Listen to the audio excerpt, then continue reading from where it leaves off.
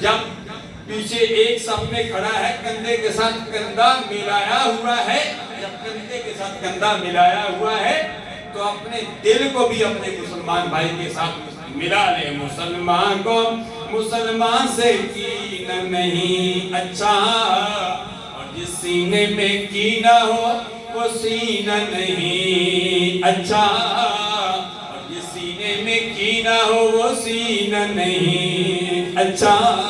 ترمذی شریف کی حدیث ہے، سرکار نے فرمایا اتقوا الشح فإن الشح ہلاک، فرمایا بخیلی سے بچو، بخیلی تمہیں ہلاکت تک پہنچائے گی۔ ہمیں بخیلی سے بھی بچنا چاہیے، حسد سے بھی بچنا چاہیے، رشوت سے بھی بچنا چاہیے، سود سے بھی بچنا چاہیے۔ اگر جی پورے ملک پاکستان غریب ہے یا مسکین ہے، یتیم ہے یا امیر ہے، جس شعبے سے بھی منسلک ہے، سارے کے سارے سود میں ڈوبے ہوئے ہیں۔ رشوت ہر قدم قدم پہ دی جاتی ہے، سود میں ہم IMF سے سود لے رہے ہیں، سود دے رہے ہیں، قرضہ لے رہے ہیں۔ اربوں کے حساب سے ملک پاکستان سود میں ڈوبا ہوا ہے۔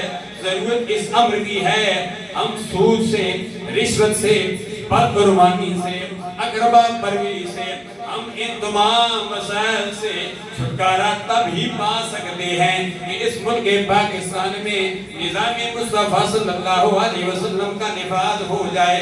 امام شاہ احمد نورانی علیہ رحمت بھی 73 کا عید دے کر ہمیں یہ بتا گئے، آدھا نظام مصطفیٰ نافذ کر گیا۔ ذوالفقار علی بھٹو صاحب نے بھی اس پروانے پر سائن کر کے قادیانیت کے تابوت میں آخری کیل ٹھونک دی۔ امام نورانی علیہ رحمت نے بھی اسمبلی سے اندر کام کیا۔ امام نورانی علیہ رحمت کے علاوہ حضرت پیر ملی شاہ صاحب علیہ رحمت نے اسمبلی کے باہر کام کیا۔ سارے اپنے اپنے انداز میں کام کرتے رہے۔